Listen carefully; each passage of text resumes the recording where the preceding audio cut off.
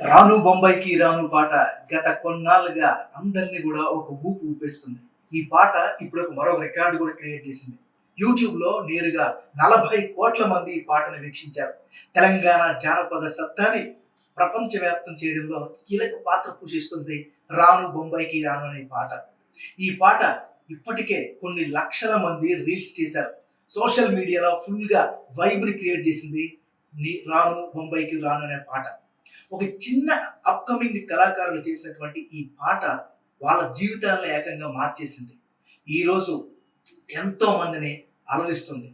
ఒక చిన్నగా ప్రారంభమైనటువంటి ఈ పాట దుమ్ము రేపుతుంది డిజిటల్ మీడియాలో. 40,00,00,000 మంది 5 నెలల్లో ఈ పాటను వీక్షించారంటే చిన్న విషయం కాదు.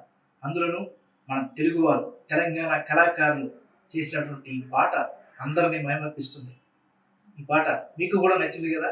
మీ కామెంట్ ఏంటో తెలియజేయండి.